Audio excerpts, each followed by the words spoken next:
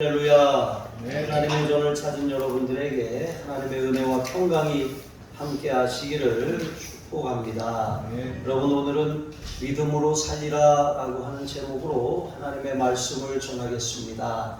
바울이 갈라디아 교회에 전한 그 가장 기쁜 소식은 예수 그리스도의 십자가와 부활에 관한 이야기, 바로 복음입니다. 예수님의 공로로 값없이 의롭다함을 얻는다라고 하는, 예수님을 믿는 믿음으로 구원을 받는다라고 하는 가장 기쁜 소식이죠. 여러분, 예수님께서는 십자가 위에서 우리의 죄 문제를 단번에 해결하셨어요.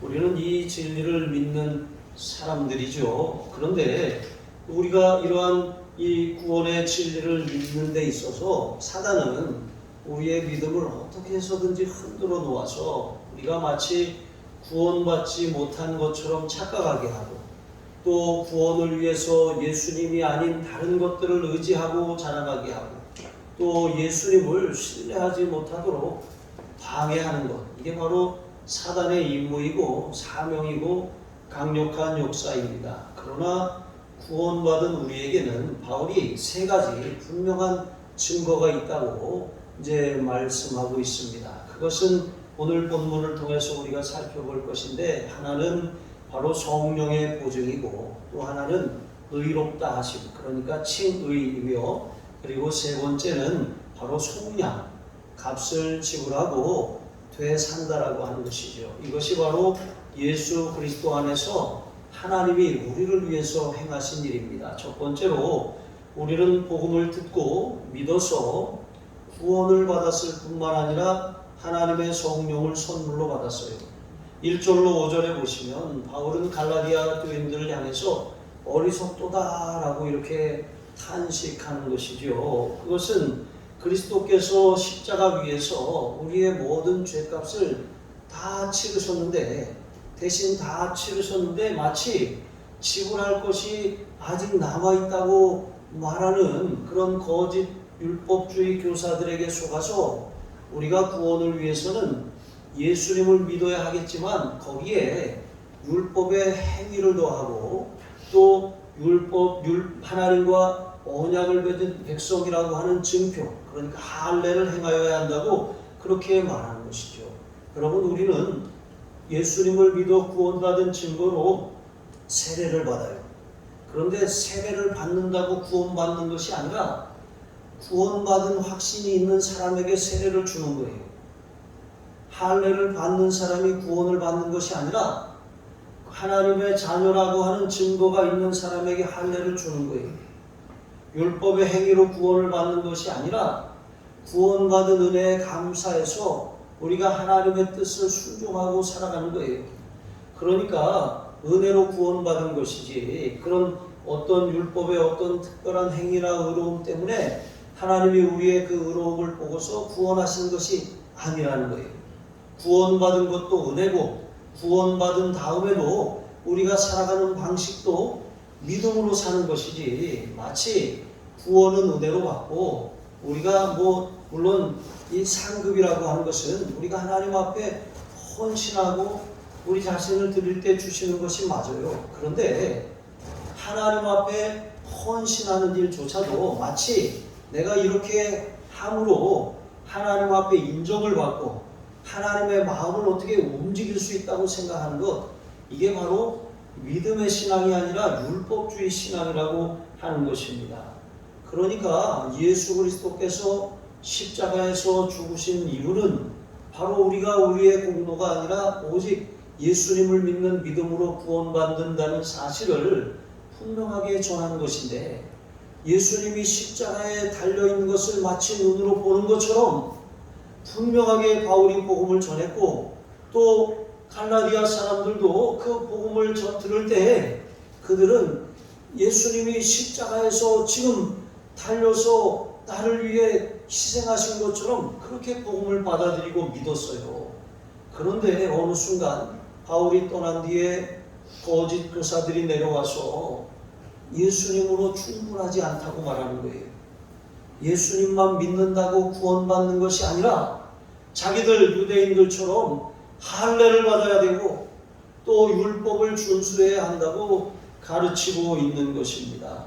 여러분, 그러나 이것은 명백한 거짓말이에요. 거짓 복음이고 유사 복음이고 다른 복음인 것입니다. 오직 예수 그리스도를 믿는 그 믿음만이 우리를 구원에 이르게 하는 거예요. 예수님을 믿을 때 이 사람들과 마찬가지로 우리는 성령이 우리에게 오셨어요. 예수님을 믿는다라고 하는 것은 예수님을 영접하는 거예요. 예수님을 영접한다는 것은 예수님의 영, 그리스도의 영, 성령께서 우리 안으로 들어오시는 거예요. 성령께서 우리 안으로 들어오셔요. 이게 성령의 선물을 받는다, 성령을 선물로 받는다, 이제 그런 의미인 것이죠. 하나님께서는 이와 같이 우리에게 성령을 보내주셨어요. 그러니까 우리는 이 예수님을 영접할 때 우리 안에 계신 성령님, 내가 세상 끝날까지 너희와 항상 함께 있으리라 말씀하신 그 성령님이 우리 안에 거하심을 믿어야 돼요. 성령님은 우리 안에 거하시면서 우리가 하나님의 자녀라고 하는 것을 증거해 주셔요. 마귀가 우리를 정죄하고 우리가 하나님의 자녀가 아니라고 부정한다고 할지라도 성령님은 구원받은 하나님의 자녀라고 하는 확신을 주셔요. 뿐만 아니라 우리를 인도해 주시는 거예요. 이렇게 우리는 예수 그리스도를 믿을 때, 복음을 듣고 예수님을 믿어서 거듭났어요. 성령이 우리를 완전히 새로운 사람으로 지어주셨고 또 새로운 삶이 시작되었어요. 우리는 새로운 아이디, 새로운 정체성, 새로운 신분증을 얻은 것입니다. 그런데 우리가 새로운 신분을 가졌다고 해서 우리가 그 한 번에 변하는 사람은 없어요. 우리는 하나님 앞에 우리가 어떤 의로운 행위를 했기 때문에 하나님이 우리를 구원하신 것이 아니라 복음을 듣고 믿어서 하나님이 우리의 믿음을 보시고 구원하신 것이에요. 그러니까 우리는 믿음으로 예수님을 붙들지만 여전히 연약한 육신 안에 살고 있기 때문에 허물이 많고 죄를 지어요. 하지만 전에는 죄를 밥 먹듯이 지으면서 그것이 죄인 줄로 알지 못했어요. 하지만 이제는 죄가 죄인 것을 자각하기 시작합니다. 양심이 살아났어요. 신앙 양심을 따라서 2번, 3번 짓던 죄를 한 번만 짓게 되는 거예요. 죄를 짓고도 아무렇지도 않은 사람이 이제는 회개하게 되는 거예요. 그렇게 나도 모르게 점점 복음에 젖어드는 거예요. 점점 내 삶이 변하는, 언어가 바뀌고 태도가 바뀌고 습관이 바뀌고 행동이 바뀌고 다른 사람들이 나를 보면서 달라졌다고 말하는 거예요. 달라졌다고. 나는 내가 생각하기에 그때나 지금이나 매한가지인 것 같은데 사람들이 내가 변했다고 말하는 거예요. 이게 바로 성령이 내주하시면서 우리를 변화시키시는 그런 생명의 역사인 것입니다. 사도행전 19절에 보시면 아볼로가 이제 아볼로가 하나님의 말씀을 전하고 지나간 그 자리에 이제 그들은 요한의 세례를 받은 사람들이에요. 그러니까 앞으로 예수 그리스도가 오실 것이다 라고 하는 이제 그런 이 예언의 말씀은 믿지만 예수 그리스도를 실제로 만나지 못한 사람들이죠.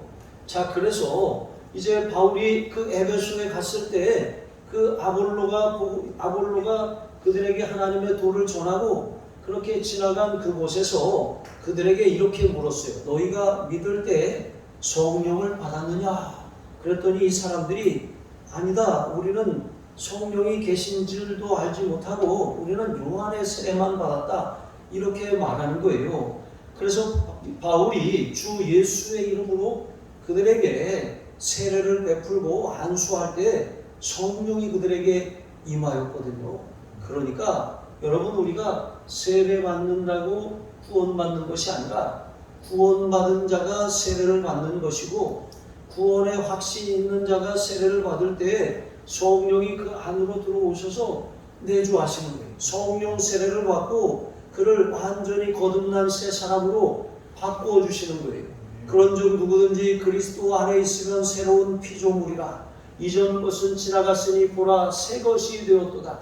하나님께서 우리의 지난날의 과거에 어떤 삶을 살았고 우리가 어떤 죄를 저질렀고 우리가 어떤 형편없는 인간이었는지 그것을 보시는 것이 아니라 예수님을 믿음으로 말미암아 그 믿음이 있음을 보시고 우리를 한 번도 죄를 짓지 않은 사람처럼 의롭다고 여기신다는 거예요. 여러분, 그래서 구원이 선물입니다. 받을 자격이 없는 자에게 오직 예수 그리스도의 보혈의 공로로 우리를 구원하시는 하나님의 능력, 이게 바로 구원의 복음인 것이지요. 그리고 우리가 그 구원의 복음으로 말미암아 구원받았다는 증거가 바로 성령이 우리에게 오신 거예요. 여러분 안에 성령이 계신 줄로 믿으시기 바랍니다. 누구든지 그리스도 예수의 영이 없으면 하나님의 사람이 아니라 그랬어요. 그러나 예수님을 참으로 믿고 고백한 사람들에게는 성령님이 그 안에 내주하고 계시는 것이죠. 그러므로 우리는 이전과 다른 삶을 살기 시작해요. 내 안에 계신 그리스도의 영이신 성령님을 의지해서 기도합니다. 성령님의 인도하심을 구합니다. 성령님 도와주세요. 나의 믿음을 붙들어 주세요 라고 구할 때 성령님께서 우리의 삶에 은혜를 베풀어 주세요. 기도할 때, 찬송할 때, 하나님 말씀을 들을 때 성령님 잘 알아듣게 해주세요. 성령님 나의 찬송이 고백이 되어 올라가게 해주세요. 성령님 나의 기도에 기름을 부어주셔서 하나님 보좌 앞에 올려주게 해주세요. 여러분, 이렇게 성령님의 인도하심과 그 은혜를 힘입어 살게 되는 것입니다. 성령님을, 우리가 우리 안에 계신 성령님을 따라 살아가면 우리는 계속해서 성령의 열매를 맺어요. 계속해서 예수님의 십자가와 부활의 능력이 우리를 통해서 나타나고 증거되는 거예요. 복음의 증인으로 살게 되는 거예요. 그런데 여러분, 갈라디아 교인들은 이렇게 바울이 전하여준 예수 그리스도 십자가의 복음을 듣고도 그들이 믿음을 갖고 믿음의 길을 따라 걷다가 어느 날 이 거짓 선지자들의 그 미혹에 넘어가서 거기다가 우리가 믿는 구원의 복음이 충분하지 않구나, 율법을 지켜야 하고 할례를 받아야 하는구나, 이런 착각에 빠지게 된 거예요. 그래서 자꾸 우리가 믿음으로 구원받았잖아요. 그런데 신앙생활을 오래 하다 보면, 지난주에도 말씀을 드렸지만 결혼 생활하고 똑같아요. 신앙생활, 우리가 결혼 생활을 하는데 처음에는 사랑해서 만나서 살아요. 그런데 나중에, 물론 아주 옛날에는 다 뭐 사진 보고 중매하고 결혼했어요. 여기 그렇게 결혼하신 분들 계시나요? 어쨌든 옛날에는 그랬지만 대부분 사랑해서 그렇게 결혼하고 하게 되는 것이죠. 그런데 사랑해서 살다가 뭐 정도 들고 잘 정이 들면 그 사랑이 깊어져요. 그런데 반대로 아주 그냥 이 사랑이 식어지고 서로에 대한 의무감 때문에 그렇게 살다 보면 자식 때문에 살고 이게 피곤해지는 거예요. 그냥 평생 원수처럼 그렇게 살다가 언제 가나 이렇게 되는 것 아니겠습니까? 신앙생활도 마찬가지예요. 우리가 처음에 주님을 뜨겁게 사랑하는 마음으로 시작을 했어요. 그런데 어느 순간 처음 사랑이 식어졌어요. 그러니까 신앙의 감격이 사라지고 의무감만 남아요. 자꾸 뭔가를 해야 된다는 부담감이 있어요. 하지 않으면 굉장히 마음이 불편해져요. 그리고 이 뭔가 이렇게 헌신하자, 뭔가 작정하자, 우리 참여하자 그러면 그게 부담으로 다가오는 거예요. 왜? 나도 모르게 주님을 사랑하는 마음은 없어지고 거기에 의무와 책임과 부담만 남았기 때문인 것이죠. 이렇게 이 구원을 은혜로 받았는데 우리가 살아가는 방식이 어느 순간 은혜로, 믿음으로 살지 않고 의무감으로 살아가는 거예요. 그렇게 살다 보니까 우리도 모르게 어떤 율법의 행위를 통해서 우리가 하나님을 만족시키려고 하고, 내가 이렇게 하면 하나님이 인정해 주시고 이렇게 하지 않으면 인정해 주시지 않고, 하나님을 어떤 조건부적으로 자꾸 계산적으로 하나님 앞에 기브 앤 테이크를 자꾸 요구하게 되는 것입니다. 그리고 내가 뭔가를 하면 하나님이 뭔가를 보상해 주셔야 한다고 그렇게 생각하는 것이죠. 여러분, 그러나 이것이 바로 율법주의 신앙이에요. 예를 들면 이런 거예요. 우리가 하나님을 잘 섬긴다고 주일날 아무 데도 못 가요. 온종일 교회에서 시간을 다 보내요.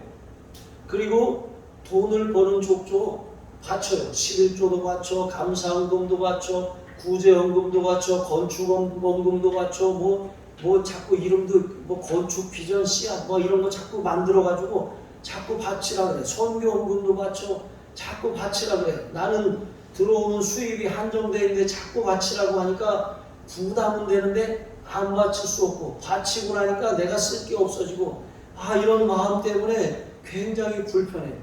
그리고 막 이 교회에서 자꾸 뭘 하라고 하는지, 그걸 참여하려고 하면 월차라도 내야 되고 너무 이렇게 피곤한 거예요. 그리고 저는 내 삶도 좀 즐기고 싶은데 뭔가 안락한 삶을 위해서 시간을 나를 위해 투자하고 또 물질을 투자하고, 뭐 예를 들어서 해외여행 한번 가려고 하면 수백만 원씩 깨지잖아요. 그렇게 그런 일을 막 하면서 헌금하는 건 아깝지만 또 해외여행 갔다 왔다는 소리를 하면 뭐 교회가 어려운데 헌금이라도, 괜히 이런 부담감이 이렇게 드는 게 사실 아닙니까? 그러니까 자신을 위해 시간도 마음대로 못 쓰고 돈도 마음대로 못 쓰고 늘 부담만 갖고 이렇게 사는 거예요. 여러분, 이게 바로 율법주의 신앙의 폐해예요. 하나님 앞에 우리가 헌금하는 거, 또 헌신하는 거, 하나님 앞에 우리의 삶을 드리는 거, 시간을 드리고 물질을 드리고 재능을 드리는 거, 이거 의무감으로 하는 것, 여러분, 이것은 율법주의 신앙이라는 거예요. 하나님이 우리에게 구원을 값없이 은혜로 선물로 주셨어요. 그 은혜를 우리가 갚을 수가 없어요. 그러니까 갚을 수 없는 그 은혜에 대해서 우리가 감사하잖아요. 감사하니까 감사하는 마음을 조금이라도 표현하려고 하나님 앞에 감사를 고백함으로 드리는 거지, 뭔가 내가 이것을 안 하면 되지 않으니까, 마치 내가 뭔가 이렇게 일이 조금만 잘못되면 이거 내가 벌 받은 거 아니야, 내가 뭐 잘못해서 그런 거 아니야, 늘 이런 정죄감에 시달려서 여러분 이렇게 신앙생활을 하는 거, 이거 잘못된 거예요. 이것은 율법주의 신앙입니다. 우리는 복음으로 구원을 받았어요. 복음은 일한 것이 없어도 값없이 선물로 주시는 하나님의 은혜예요. 내가 자격이 없어요. 돈이 없어요. 공로가 없어요. 그런데도 하나님이 나를, 예수 그리스도를 믿는다는 그 믿음 하나, 그거 보시고 나를 구원해 주신 거예요. 그리고 우리가 그렇게 구원받았으면 살아가는 방식도, 하나님, 나는 드릴 것이 없고 나는 재능도 없고 나는 잘난 것도 없고 나는 말주변도 없고 할 수 있는 것도 없어요. 그런데 하나님 앞에 무엇을 드리고 싶어요? 하나님이 나를 구원하신 그 은혜가 너무 귀하고 너무 나 같은 죄인을 건지신 그 은혜가 너무 놀라워서 하나님, 뭐라도 내가 하나님 앞에 하고 싶은데 드릴 것이 없어요. 여러분, 사람마다 드릴 게 있어요. 왜 없습니까?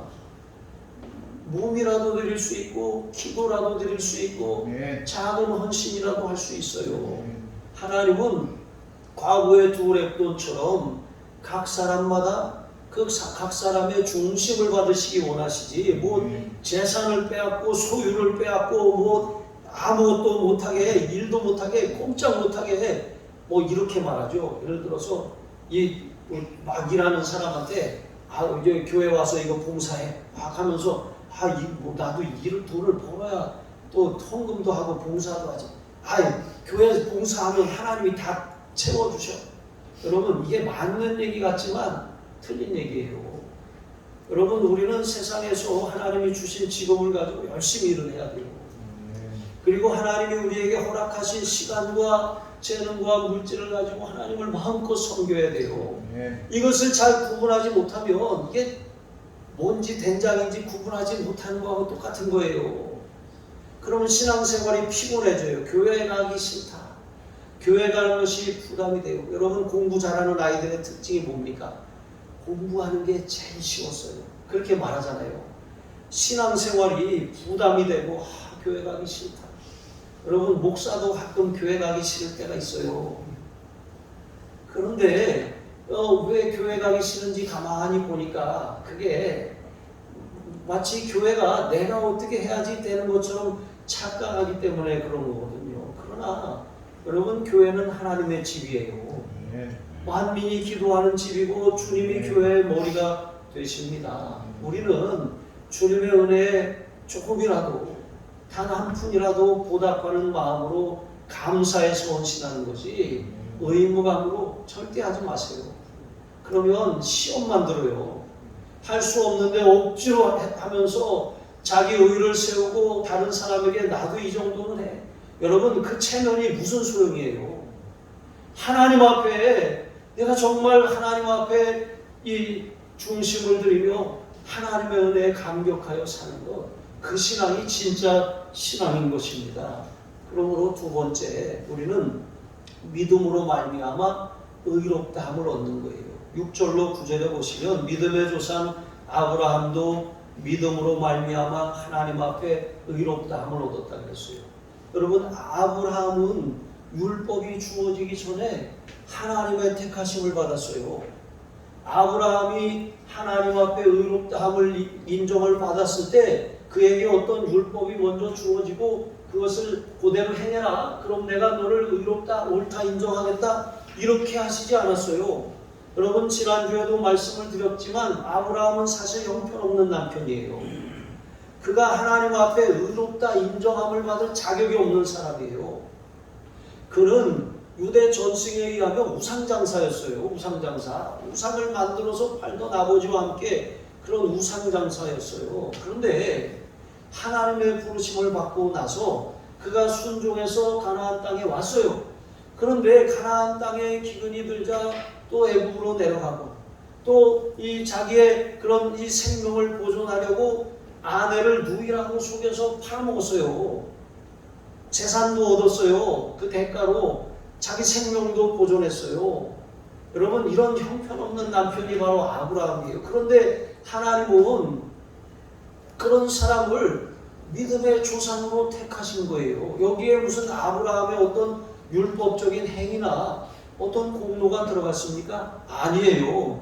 창세기 15장 6절에 보시면 하나님께서는 아브라함의 믿음을 보시고 그것을 그의 의로 여기셨다고 말씀하셨어요. 그러니까 아무 자격 없는 자에게 값없이 은혜를 베푸시는 그 하나님을 그냥 믿은 거예요. 믿음으로 그 선물을 받은 거예요. 받았을 뿐이에요. 아멘 하고 받았더니 하나님이 그 믿음을 의로 여기셨다고 말씀하시는 거예요. 여러분, 예수님께서도 요한복음 8장 56절에 보시면 아브라함은 나의 때 볼 것을 즐거워하다가 보고 기뻐하였느니라 그랬어요. 그러니까 아브라함은 예수님 이전 사람이에요. 그런데 장차 예수 그리스도께서 구원자로 오셔서 온 인류를 구원하실 것을 믿음의 눈으로 보았다는 거예요. 그리고 또한 성경에는 하나님께서 아브라함에게 먼저 복음을 전하셨다고 말씀하셨어요. 복음이라고 하는 것이 무엇입니까? 아무런 공로나 자격이 없는 자에게 값없이 선물로 구원하신다는 게 기쁜 소식이잖아요. 복된 소식, 굿뉴스잖아요. 아니, 나는 한 게 없는데 나에게 그런 큰 선물을 주셔? 이게 복음이에요. 인간이 들어야 할 가장 기쁜 소식이 복음입니다. 자격 없는 아브라함을 구원하신 하나님의 선물, 이게 바로 구원의 그런 은혜인 것이죠. 이렇게 하나님께서 자격 없는 자에게 구원을 주시는 그 하나님의 선물을 믿음으로 받아들이는 것, 이게 믿음으로 의롭게 되는 것입니다. 유대인들에게 여러분, 의롭게 된다라고 하는 것, 그것 하나님의 뜻에 일치하는 거예요. 하나님의 기준에 일치하는 거예요. 그런데 하나님께서 율법을 주셨는데 율법을 주신 이유는 그것을 통해서 사람이 죄의 힘을 깨닫게 하려는 거예요. 율법을 지키려면 율법은 항상 모든 것을 계속해서 지켜야 돼요. 단 하나라도 범하면 율법의 원리는 모든 것을 범한 것이 되는 거예요. 그러니까 세상에 어느 누구도 율법을 지킴으로 의롭다함을 받을 사람이 없어요. 완벽하게 지킨다면 의롭다함을 얻을 수 있지만 사람은 연약해요. 여러분, 어떻게 완벽하게 하나님의 기준에 일치할 수가 있는 것입니까? 예수님만이 그렇게 하실 수가 있는 것이죠. 룻이라고 하는 사람, 여러분, 룻은 혈통상 아브라함의 자손이 아니에요. 그리고 율법적으로 봤을 때에도 이스라엘 공동체의 일원이 될 수 없는 사람이에요. 자격이 없는 사람이에요. 그런데 이 모압 여인 룻이 당당하게 이스라엘 공동체에 속하게 되었어요. 뿐만 아니라 그는 다윗 왕과 그리스도의 조상이라고 하는 그런 이 족보에 이름을 올리게 된 거예요. 4명의 여인들, 이방 여인들이 그 이름을 올렸는데 그 중에 하나가 바로 여기 이 룻이라고 하는 여인이거든요. 이 룻이라고 하는 여인이 이방 여인이고 자격도 없는데 어떻게 아브라함의 자손이 되었습니까? 그것은 룻이 그 시어머니 나오미를 따라오는데 뭐라고 하냐면 어머니의 하나님이 나의 하나님이 되고 네. 어머니가 가시는 곳에 나도 가고 네. 어머니의 백성이 나의 백성이 되고 네. 어머니가 죽으시는 곳에 나도 죽겠습니다. 네. 그러니까 어머니의 신앙을 따라 나도 하나님만을 섬기겠습니다라고 결단한 거예요. 그 믿음을 하나님이 의롭다고 여기시는 것입니다. 그래서 그리스도의 족보에 들게 하신 거예요. 우리의 구원도 마찬가지입니다. 우리는 아무 자격이 없어요. 네. 하나님 앞에 죄인이 아니라고 주장할 수 있는 사람은 단 한 사람도 없어요. 우리가 도둑질하지 않았다고 해서 어떤 살인한 사람이 난 도둑질하지 않았으니까 죄인이 아니라고 말할 수 있습니까? 그럴 수 없는 거예요. 우리는 알게 모르게 너무나도 많은 죄를 짓고 살아온 하나님 앞에서는 다 심판받아 마땅한 죄인이라고 하는 거예요. 그런데 하나님께서 우리에게 그 불의에 대해서 불경건에 대해서 심판하지 않으시고 의롭다고 여기시고 아브라함의 자손이라고 하시고 하나님의 자녀가 되게 하는 그런 특권을 주신다는 거예요. 그것은 믿음이라고 하는 거예요. 네. 다른 방법이 아니라 오직 예수님을 믿으면 구원받은 하나님의 자녀라고 말씀하시고 우리를 의롭다고 선언하신다는 거예요. 그러면 하나님께서 우리에게 아브라함의 자손이 되게 하시고 또 아브라함의 복을 받게 하신다고 했어요. 유대인들에게 아브라함의 자손은 선민이라는 뜻이에요. 하나님의 택하신 족속이요. 구원받은 하나님의 자녀라고 하는 뜻이에요. 그러니까 예수님을 믿으면 우리가 아브라함의 자손이 된다는 거예요. 가족이. 그리고 아브라함의 자손이 된다는 것은 아브라함과 함께 그 유업을 이을 자, 복을 받는 자가 된다는 거예요. 창세기 12장 13절에 보시면 모든 민족이 너를 인하여 복을 받으리라. 여러분 우리는 누군가 뭘 잘못하면 아니면 일이 잘못되면 너 때문이야. 당신 때문이야. 뭐 때문이야. 자꾸 그래요. 그러나 여러분 우리 예수 믿는 사람들은 때문이야 신앙이 아니라 너로 인하여 나로 말미암아 신앙을 가진 사람들입니다. 나는 자격이 없어요. 그런데 내가 예수님을 잘 믿었더니 하나님이 나로 말미암아 내 가정이 복을 받게 하셨습니다. 내가 예수님을 잘 믿었더니 하나님이 나로 말미암아 내 직장이 내 가족들이 내 가문이 내 나라가 내 민족이 복을 받게 하시는 거예요. 여러분 이런 나로 말미암아 너로 인하여 신앙이 바로 우리의 신앙이 되어야 합니다. 복이 막혀 있습니까? 우리가 예수님을 믿지 않고 우리 자신을 믿고 살아가기 때문에 그래요. 우리는 신뢰의 대상이 될 수가 없어요. 우리는 내가 생각해도 결심해놓고 금방 넘어지는 사람입니다. 나 자신을 조금이라도 기대를 걸고 소망을 거는 한 우리는 실패를 반복할 수밖에 없어요. 아무리 결심을 하고 아무리 결단을 하고 제가 예전에 고등학교 때 수학여행을 설악산으로 갔어요. 흔들바위까지 이제 갔었는데 그런데 거기 흔들바위 올라가는 길에 이제 할머니들이 쭉 이렇게 거기서 이제 학생 엿 먹고 가 하면서 호박엿 팔고 그리고 막 붙들어가지고 그 기념품 상점으로 끌고 들어가요. 거기 가면 이렇게 하트 펜던트 같은 거를 인두로 즉석에서 새겨주는 게 있어요. 그 친구 넷이서 가다가 야 우리 저거 할까? 그렇게 해서 들어갔어요. 가서 이름에 그런 한 글자씩 따가지고 진원우식 이렇게 해가지고 그 이걸 펜던트를 새겨서 목에다 하나씩 딱 걸고서 막 이렇게 왔던 기억이 납니다. 여러분 이게 막 이렇게 우리가 그렇게 새기고 막 그렇게 하면서 막 이렇게 그것을 막 굉장히 좋아하고 기념합니다. 그런데 여러분 그 친구들 뭐 지금 기억도 안 나요. 만나지도 않고 평생 갈 것 같고 막 그렇지만 여러분 이 없어지고 마는 것입니다. 그러나 여러분 우리가 구원받은 하나님의 자녀가 된다는 것, 성령으로 인치시고 보혈로 의롭다 하심을 얻고 하나님의 자녀가 된다라고 하는 것은 우리가 이 땅에서뿐만 아니라 영원토록 복을 받는다는 거예요. 네. 하나님과 계속해서 우리가 이 관계하며 함께하며 복을 누리는 그런 사람들이 된다는 거예요. 아브라함처럼 나로 말미암아 나를 통하여 복이 흘러가는 하나님의 백성이 된다는 것입니다. 여러분 이것을 기억하고 사시기 바랍니다. 한순간도 우리 자신의 공로를 자랑하지 마세요. 세 번째로 여러분 그리스도께서 우리를 위해서 저주를 받으셨습니다. 10절로 14절에 보시면 바울은 무릇 율법 행위에 속한 자들은 저주 아래 있나니 이렇게 말씀하고 있습니다. 왜냐하면 아까도 말씀드렸지만 율법을 통해서 의롭다함을 얻으려면 여기 모든 율법을 항상 지켜야 하는 거예요. 단 하나라도 어긴다면 율법을 다 어기는 것처럼 그렇게 전부 오염되고 마는 거예요. 그렇게 우리는 율법을 위해서 애쓰면서 지키려고 유대인들처럼 살다가 어느 순간 율법을 어기면 모든 것이 다 수포로 돌아가고 만다는 것입니다. 그러므로 율법을 지키지 못하고 율법을 지켜서 의롭다함을 얻으려고 하는 사람들은 결국 율법의 저주를 받아서 멸망에 이르게 된다는 거예요.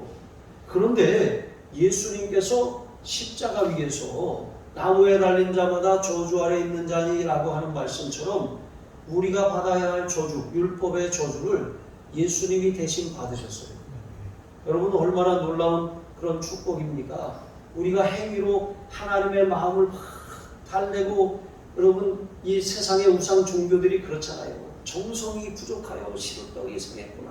그래서 막 동동동동 막 이렇게 하면서 막 정성을 들여야 막 이렇게 뭐가 된다고 생각해요. 그러니까 막 새벽에 꼭 한 12시 넘어가지고 그 추운 겨울에 세상에 수복을 입고서 그 바위 거기 밑에 가가지고 그 물에다가 막 목욕 재개를 하고 옷을 갈아입고 촛불을 켜고 막 손이 얼음장이 되는데 막 빌고 앉아있어요. 제가 많이 봤어요. 두 번째 목회지에서 그런 동네에서 제가 목회를 해가지고 진짜 불쌍하더라고요. 엄청나게 정성을 들여서 그 귀신을 어떻게 해서든지 감동시켜보려고. 여러분 우리가 하나님을 달래는 게 아니에요. 하나님이 이미 주신 구원의 선물을 은혜로 받는 거예요. 믿음으로 받는 거예요. 나는 자격도 없고 공로도 없어요. 저주받아 마땅한 심판 아래에 있었던 그런 존재였어요. 그런데 하나님이 우리가 받아야 할 저주를 그리스도께 다 쏟아 부으셨다라고 하는 것입니다. 우리 13절을 같이 읽어보겠습니다. 그리스도께서 우리를 위하여 저주를 받은 바 되사 율법의 저주에서 우리를 속량하셨으니 기록된 바 나무에 달린 자마다 저주 아래 있는 자라 하였음이라. 여러분 그리스도께서 우리를 위하여 우리를 대신하여 저주를 받으셨어요. 내가 받을 저주를 예수님이 받으셨다는 사실이 얼마나 감격스럽습니까? 우리의 모든 죄값을 대신 치르셨어요. 완전히 지불하셨어요. 우리가 지불할 것이 없어요. 우리가 할 수 있는 것은 예수님만 붙들면 된다라고 하는 것이죠. 회심전에 바울이 그랬어요. 예수님이 십자가에서 죽으셨을 때 바울은 예수님이 예수님의 죄 때문에 죽은 줄로 알았어요. 그래가지고 신명기 21장 23절처럼 하나님께 죄를 지어서 저주를 받았다고 여긴 거예요. 그러니까 저 저주받은 저 예수교를 전하는 그 예수쟁이들을 잡아다가 다 가두고 죽여야 하는 그 바퀴벌레 같은 존재였던 거예요. 그래서 막 이 대제사장의 공문을 받아가지고 그리스도인들을 잡으러 다녔던 거예요. 그런데 다메섹으로 가는 길에 부활하신 주님을 만났어요. 그리고 나서 그가 하나님께 대한 열심으로 그렇게 그리스도인들을 잡아 가두는 그 일이 바로 하나님을 대적하고 그리스도를 핍박하는 것이라고 하는 사실을 깨달았습니다. 그래서 그는 정말 이 예수님이 자신의 죄 때문이 아니라 바울 자기의 죄로 말미암아 예수님이 대신 죽으시고 저주를 받으셨다는 사실을 깨달은 거예요. 여러분, 그렇게 바울이 예수님을 만나 변한 것이죠. 여러분, 우리도 마찬가지입니다. 예수님은 우리가 받아야 할 저주를 대신 받으심으로 율법의 저주에서 속량하셨어요. 그런데 만약에 우리가 은혜로 구원받았고 마치 우리의 행위로 하나님 앞에 막 인정을 받으려고 새벽기도 하면은 막 하나님이 그날은 잘되게 하시고, 새벽기도 빠진 날은 뭔가 일이 꼬이고 괜히 접촉사고 나고, 그런 게 아니에요. 새벽기도 하지 않았는데 막 마음에 불편하면 그때라도 기도하면 돼요. 기도하라는 부르심이지 꼭 뭘 했기 때문에 내가 잘되고 안 했기 때문에 저주를 받는 게 아니에요. 저주는 예수님이 다 받으셨어요. 괜히 갖다가 끌어다 대지 마시기 바랍니다. 여러분, 사람들은 시비가 붙으면 종종 법대로 해 이렇게 말하잖아요. 그런데 사람들이 유대인들이 그런 거예요. 하나님께도 법대로 하세요 이런 거랑 똑같은 거예요. 이게 얼마나 두려운 말인지 모르는 거예요. 하나님이 법대로 심판하면 죄됨이 심히 드러나고 그 죄로 말미암아 끔찍한 심판을 피할 수가 없는 거예요. 그런데 하나님은 우리를 법대로 다루시지 않아요. 은혜로 다루십니다. 법대로 우리를 심판하시고 저주하시는 것을 우리를 대신해서 예수님을 율법대로 심판하시고 예수님을 율법대로 저주하셨잖아요. 우리가 받을 저주와 심판이 없어요.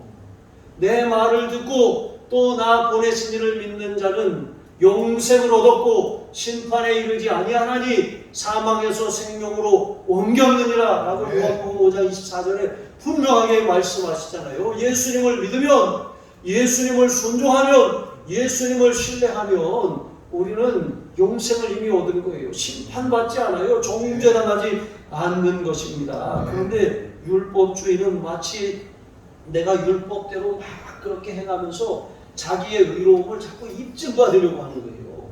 여러분, 그렇게 생각하는 한 우리를 다시 예수님 십자가의 그런 은혜 안에서 끌어다가 저주 안에다가 우리를 끌어다 놓는 거예요. 우리가 뭔가를 해야 된다. 주일날 뭐 물건 사면 안 되고, 헌금하는 거 말고 돈을 쓰면 안 되고, 뭐 여러 가지 그런 것, 그렇게 어떤 뭐 그런 교단들이 있잖아요. 이제 고신 교단이 그래요. 그런데 여러분, 그게 뭐 나쁘다고 말씀드리는 것이 아니라 이것이 자기 신앙 양심에 따라 그렇게 하면 문제가 없어요. 근데 문제는 이것을 하면 안 돼, 이렇게 해야 돼 라고 하는 의무감을 가지고 하고, 그것을 가지고 다른 사람을 판단하는 잣대가 되고, 저 인간들 저것들 주일에 저 노닥거리하고 카페 돌아다니고 놀러 다니고 그런다. 여러분, 이렇게 정죄하고 판단한다면 그 신앙은 율법주의 신앙이에요. 이것을 구분해야 됩니다. 나 자신도 율법주의의 감옥에 가두고 다른 사람도 율법주의의 감옥에 가두면 여러분, 그 신앙이 너무 피곤해요. 그것은 복음이 아닙니다. 그것은 거짓 복음입니다. 하나님은 우리를 복음을 듣고 믿음으로 구원하셔서 성령을 선물로 주셨어요. 이제는 육신으로 살지 않고 성령으로 삽니다. 우리의 공로나 돈이나 자격이 아니라 예수 그리스도의 십자가의 공로를 믿음으로 의롭다고 선언하셨어요.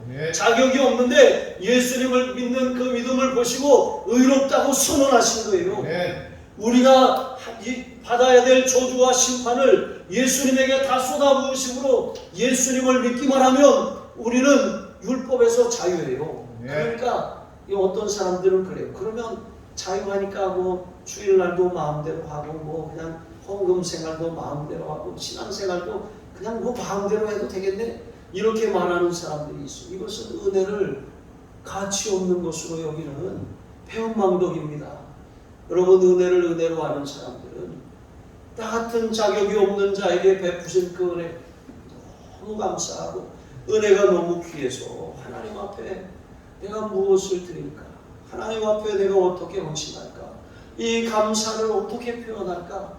여러분, 이렇게 사는 게 은혜를 진정 아는 사람입니다. 여러분, 그렇게 하면 바치지 말라도 더 많이 바쳐요. 그렇게 하면 뭐 시간 아깝다고 뭐 하면서 핑계하지 않고 더 많이 헌신하는 거예요. 어제 청년 하나를 1:1 제자 양육 성경 공부를 시작했어요. 저기 교육관에서 공부를 하는데 한 3주 동안 거의 한 달이죠. 교육관 컴퓨터가 안 돼가지고 애들 영상을 못 봤어요. 그래서 이거 어떡하나, 이거 바꿔도 안 되고 저거 바꿔도 안 되고 그랬어요. 그랬더니 그 청년이 딱 보더니 목사님 저거 왜 저렇게 놓으셨어요? 그래서 이 사실 이렇게 돼서 그런다고. 목사님 제가 저런 거 하는 사람입니다. 그러더니 끝나더니 그것을 막 뜯어보고 점검을 해봐요. 그랬더니 이 목사님 이거 컴퓨터가 이게 신호가 문제가 있어요. 프로그램을 다시 깔아도 또 이렇게 됩니다. 그럼 어떻게 해요? 그랬더니 컴퓨터 우리가 쓰던 거 한 3대 정도 있거든요. 그거를 갖다가 이것 뜯어서 여기다 붙이고 저것 뜯어서 여기. 근데 그 청년발은 목사님 장기이식 했어요. 그러더니 고쳐서 프로그램 다시 세팅하고 그러더니 해놓고 갔어요. 그 아침에 제가 해보니까 아무 문제 없이 잘 되더라고요. 그래서 제가 그랬어요. 고맙다고. 그랬더니 목사님 컴퓨터 고장 나면 언제든지 불러주세요. 이게 제 일인걸요. 그래서 제가 고맙다 그랬어요. 그러면서 자기는 그게 너무 기쁘대요. 하나님을 위해서 이렇게 자기가 쓰임받을 수 있다는 게 너무 기쁘대요. 여러분 이와 같이 하나님의 은혜가 너무 감사해서 헌신하고 또 자원하여 즐거움으로 봉사하는 삶을 살아야지, 이거 남들에게 잘 보이려고, 아니면 이렇게 안 하면 뭔가 내 자녀들이 잘 안 될까봐, 이렇게 안 하면 뭔가 이렇게 내 기도가 응답이 안 될까봐, 이런 율법주의 신앙에서 완전히 자유하시기를 주님의 이름으로 축복합니다. 기도하시겠습니다. 하나님 아버지 참으로 감사합니다. 우리가 복음을 듣고 믿을 때 성령을 우리에게 보내주셔서 감사합니다.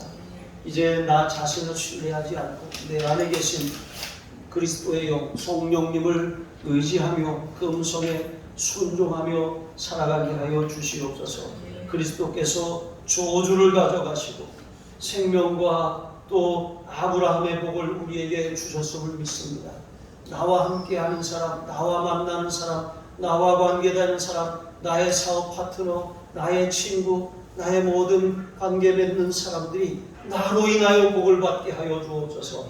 아브라함의 복이 나를 통하여 흘러가게 하여 주시옵소서. 자원함과 기쁨으로 하나님을 섬기게 하여 주시옵소서.